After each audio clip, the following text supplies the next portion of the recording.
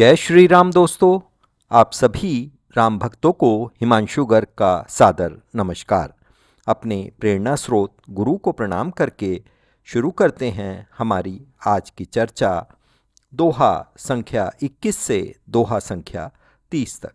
यहाँ पर भी तुलसीदास जी ने राम नाम की महिमा का गुणगान किया है। दोहा 21 की चौपाई 1 में प्रभु राम किस प्रकार आते हैं यह बताया गया है। समुझत सरिस नाम अरुनामी, प्रीति परस्पर प्रभु अनुगामी। अर्थात प्रभु राम अपने नाम का ही अनुगमन करते हैं।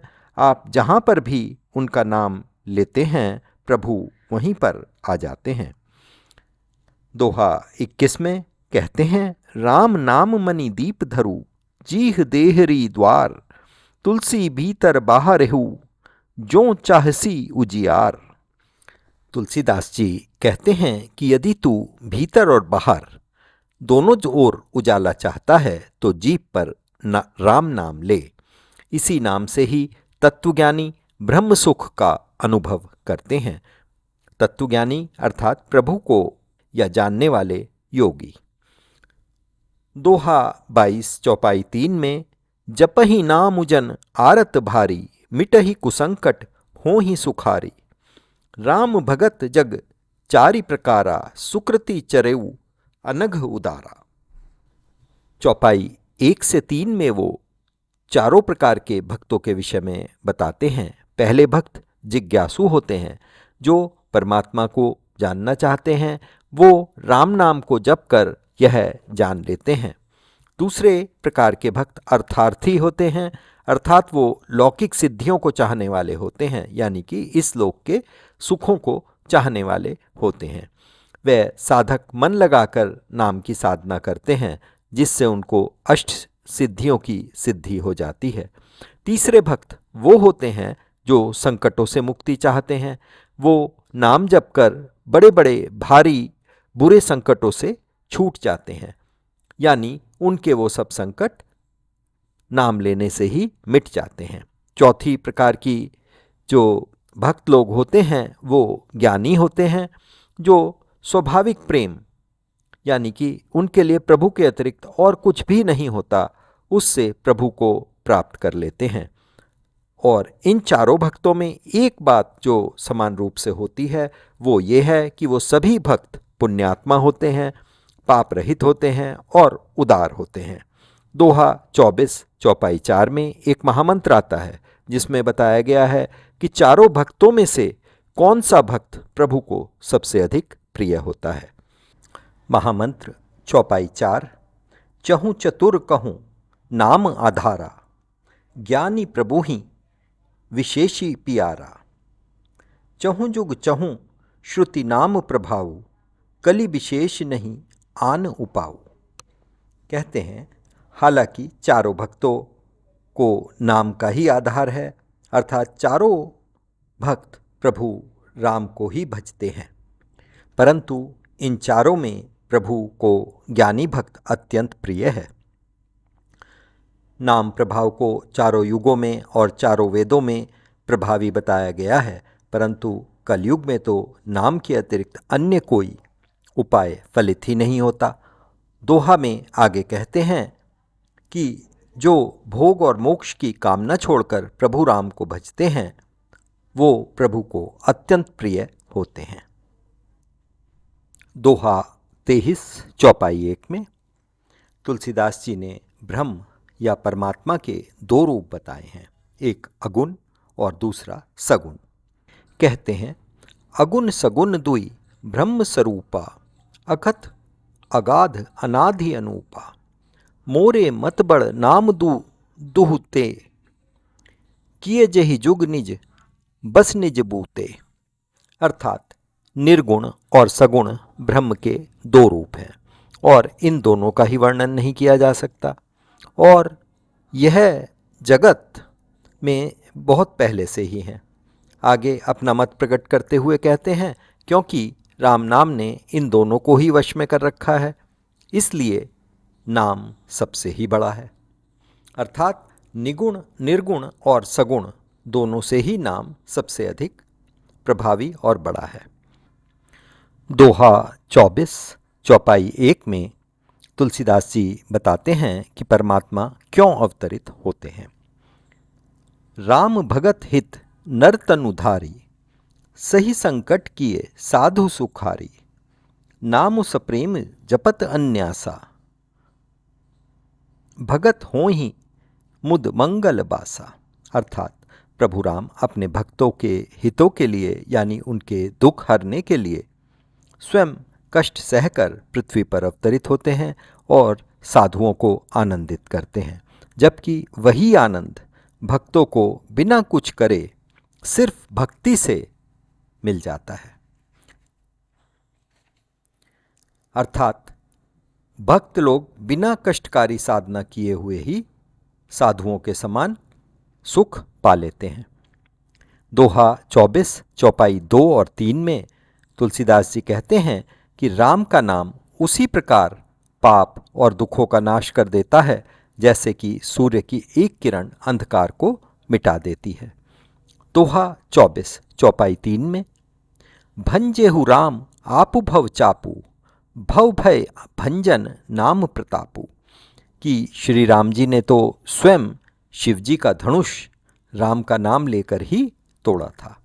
नाम का प्रभाव ऐसा है कि वो सारे भयों का नाश कर देता है।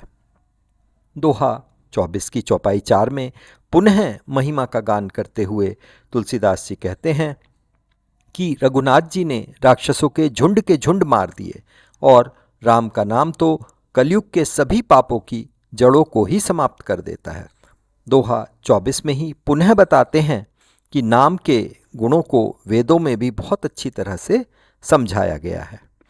दोहा 25 चौपाई 2 में नाम उलेत भव सिंधु सुखाही, करहूँ विचारु सुजन मन माही। राम जी से अधिक महिमा राम नाम की बताते हुए कहते हैं कि स्वयं रामचंद्र जी ने समुद्र सेतु बनाने के लिए अत्यंत परिश्रम किया, परंतु केवल राम नाम बोल देने से व्यक्ति भवसागर यानी कि सुख दुख रूपी संसार से बिना किसी परिश्रम से ही पार हो जाता है। दोहा 25 ब्रह्म राम ते नामु बड़, बरदायक बरदानी। कहते हैं राम नाम निर्गुण ब्रह्म या सगुण राम दोनों से ही बहुत बड़ा है और वरदानों को भी वर देने वाला है। अगली पंक्ति में बताते हैं कि शिव जी राम का नाम क्यों भजते हैं। रामचरित सत कोटि मह, लिए महेश जिय जान, कि शिवजी ने राम का नाम की महिमा को 1 करोड़ से अधिक रामचरितों में से चुना और उसके प्रभाव को जाना और उसको जपना शुरू किया। अर्थात उन्होंने 1 करोड़ रामचरितमानस में से उसको चुनकर उसका प्रभाव जानकर उसको जपना शुरू कर दिया। दोस्तों, यहाँ पर तुलसीदास जी ने मासपरायण पहला विश्राम लिया है, परंतु हम अपनी चर्चा अभी आगे जारी रखेंगे। दोहा 26 चौपाई 1 में शिवजी द्वारा राम नाम जपने का प्रभाव बताते हैं। नाम प्रसाद संभू अविनाशी, साजु अमंगल मंगल राशि। कहते हैं कि नाम के प्रभाव के कारण ही शिवजी अविनाशी हैं और अमंगल का रूप होने पर भी वो अत्यंत मंगलकारी प्रभाव रखते हैं। दोहा 26 चौपाई 2 में कहते हैं नारद जानेहु नाम प्रतापू, जग प्रिय हरि हरिहर प्रिय आपू। नारद जी भी नाम की महिमा को बहुत अच्छे से समझते थे और वो यह भी जानते थे कि हरि यानी राम जी सारे संसार को प्यारे हैं और हरि को हर प्यारे हैं, अर्थात हरि को शिव जी प्यारे हैं। दोहा 26 चौपाई 3 में सुमिरि पवन सुत पावन नामू, अपने बस करी राखे रामू। कहते हैं कि हनुमान जी ने भी पवित्र राम नाम का जप करके ही श्री राम को अपने वश में कर रखा है। इसी प्रकार तुलसीदास जी ने विभिन्न उदाहरण दिए, जैसे कि अजामिल का, गज का, गणिका का, प्रहलाद का, ऋषि सुखदेव आदि सभी का, और सभी ने जो ज्ञान प्राप्त किया वो राम नाम जपने से ही उनके ऊपर कृपा हुई। और कलयुग में तो नाम के अतिरिक्त कोई भी साधना सफल नहीं हो पाती। और यहाँ पर पुनः उन्होंने नाम को सगुण राम और निर्गुण ब्रह्म से भी अधिक उत्तम बताया है। दोहा 26। नामु राम को कल्प तरु, कलि कल्याण निवासु, जो सुमिरत भयो भांगते, तुलसी तुलसी दासु। अर्थात राम नाम कल्प वृक्ष है। कल्प वृक्ष अर्थात मनचाहा पदार्थ देने वाला है, और कल्याण अर्थात मुक्ति देने वाला है। दोस्तों, जीव का कल्याण सिर्फ मुक्ति में ही है, सांसारिक सुखों में नहीं है। सांसारिक सुख तो सभी आने जाने हैं। आगे का पूरा दोहा 27 में बताया गया है कि चारों युगों में जीव किस प्रकार मुक्ति पा सकता है। दोहा 27 चौपाई 1 में तुलसीदास जी ने पुनः राम नाम की महिमा का बखान करते हुए कहा है, चहु जुग तेनि काल तिहु लोका, भय नाम जपि जीव बिसोका। वेद पुराण संत मत एहु, सकल सुकृत फल राम सनेहु। अर्थात चारों युग, तीनों काल और तीनों लोकों में समस्त शोक हरने वाला राम का ही नाम है, और समस्त पुण्यों का फल अगर व्यक्ति का कुछ है तो वो राम नाम से प्रेम होना ही है। दोहा 27 चौपाई 2 में जानिए कि चारों युग में प्रभु को प्रसन्न करने की क्या विधि है। ध्यान प्रथम युग, मख विधि दूजे, द्वापर परितोषित प्रभु पूजें, कलि केवल मल मूल मलीना, पाप पायो निधि जन जन मीना। कहते हैं कि सतयुग में ध्यान से, त्रेता युग में यज्ञ से, और द्वापर में पूजा से, और कलयुग में सिर्फ या केवल नाम से प्रभु प्रसन्न होते हैं, क्योंकि कलयुग में मनुष्य पाप से अलग होना ही नहीं चाहता। इसलिए ध्यान, यज्ञ, पूजा आदि में सफलता नहीं मिलती। ऐसे में सिर्फ राम का नाम ही स्मरण करके सभी कष्टों से मुक्ति देने वाला होता है। चौपाई 4 में पुनः नाम की महिमा पर बल देते हुए कहते हैं, नहीं कलि करम न भक्ति विवेकु, राम नाम अवलंबन एकु। कि कलयुग में ना तो ध्यान या कर्म है, न भक्ति है, न ज्ञान है, केवल राम नाम का ही एकमात्र आधार है। और कलयुग की कपट को समाप्त करने के लिए राम का नाम और समर्थता सिर्फ हनुमान जी में ही निहित है। दोहा 28 चौपाई 1 में तुलसीदास जी ने बताया है कि हमें किस प्रकार राम नाम का सुमिरन करना चाहिए। यह प्रसंग इतना महत्वपूर्ण है कि तुलसीदास जी ने इसको उत्तरकांड दोहा संख्या 128 चौपाई 3 में पुनः बताया है। कहते हैं, भाएं कुभाएं अलख अलसाहूँ, नाम जपत मंगल दिसी दसहूँ, सुमरि सो नाम राम गुण गाथा, करऊँ नाई रघुनाथ ही माथा। कि प्रेम भाव से, शत्रु भाव से, क्रोध से, आलस्य से, किसी भी प्रकार से राम का नाम जपने से हमारा कल्याण होता है। तो दोस्तों, हमें हमेशा यह याद रखना है कि कलयुग ऐसा है कि यहाँ पर यह भी बताने वाला कोई नहीं मिलेगा कि हम कौन सा नाम लें, किस प्रकार नाम लें, किस अवस्था में राम नाम के मंत्र का जाप करें। तो यहाँ से हमें यह पता चलता है कि राम नाम का मंत्र किसी भी अवस्था में, किसी भी प्रकार से जाप करने पर उत्तम फल देता है। दोहा 29 चौपाई 3 में तुलसीदास जी बताते हैं कि प्रभु अपने चित्त में भक्तों की भूल चूक को कभी भी याद नहीं रखते। अर्थात वो हमेशा भूल चूक को, गलतियों को भूल जाते हैं, जबकि भक्तों की अच्छाइयों को वो 100 बार याद करते हैं। दोहा 29 गै में रामचरित के गुणगान का महत्व जानिए। बरनऊ रघुपर बिसद जसु, सुनि कलि कलुष नसाई। कि श्री रघुनाथ जी की निर्मल गाथा का यश रामचरितमानस की कथा को सुनने मात्र से ही कलयुग के सारे पाप नष्ट हो जाते हैं। अर्थात यह रामचरितमानस की कथा अगर आप सुनते हैं या सुनाते हैं तो आपके सारे पाप नष्ट हो जाएंगे।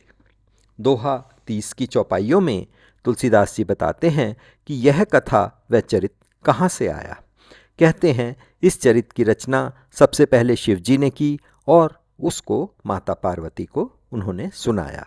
यही कथा और चरित शिव जी ने ही काकभूषणी जी को सुनाया, जो कि राम जी के सबसे बड़े भक्त थे।